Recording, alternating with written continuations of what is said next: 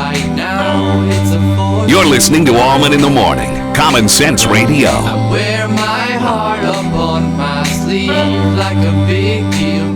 It's a shock that people still Your love pours out on me so send their kids to Mizzou. It just absolutely is. The latest headline now, Greek life at Mizzou faces greater scrutiny with more to come. So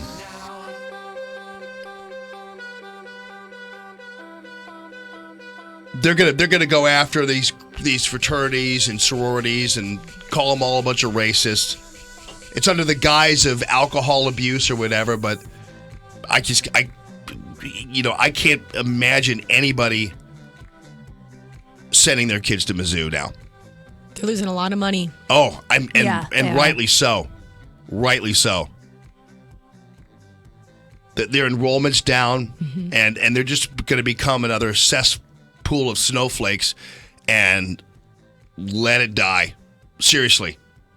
But this whole Greek life thing, you know what's going on here. They're just going to basically brand all fraternities and sororities racist because somebody at some sorority or something said something horrible. But it's under the guise of, well, there's a lot of alcohol abuse. Oh, yeah, no kidding. That's been the case for 50 years. But, yeah, that's the new thing now. Now they're going to be putting the screws to Greek life down at Mizzou. Is there anybody... Why are you sending your kids to Mizzou? Don't get it.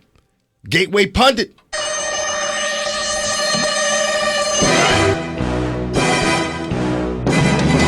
What's up, buddy? Good morning, Jamie. Good morning this morning. How are you? Pretty good. Thank you. So I'm noticing yet another claim of Trump supporters attacking Muslims falling apart. We've got the story, cut number 11 here. Here's the Muslim. I heard them talk, but I had my headphones in. I wasn't really listening. I had a long day, and they came closer, and I heard distinctly them saying Donald Trump. The young woman says she was then verbally attacked by that's what they do. They attack you and say Donald Trump.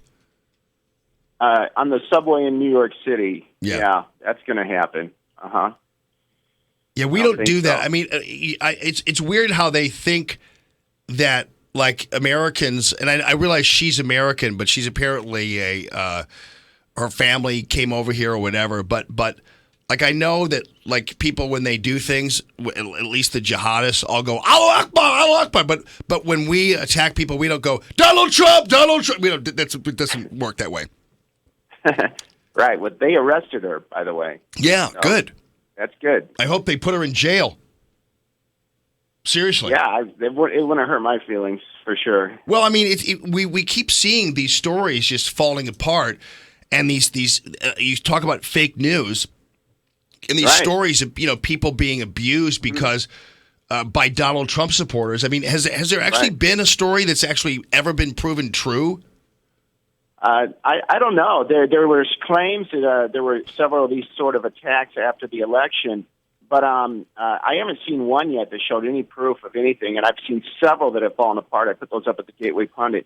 The sad thing is, Jamie, is that the media runs with each one of these. And it makes national headlines, and then it comes and it falls apart. So we've seen a few of those, since the election. It's pretty sad that our media would run with these attacks. We also know that over 2,000 attacks on white kids were happened after the election, that the Southern Poverty Law Center totally ignored. Of course. Yeah.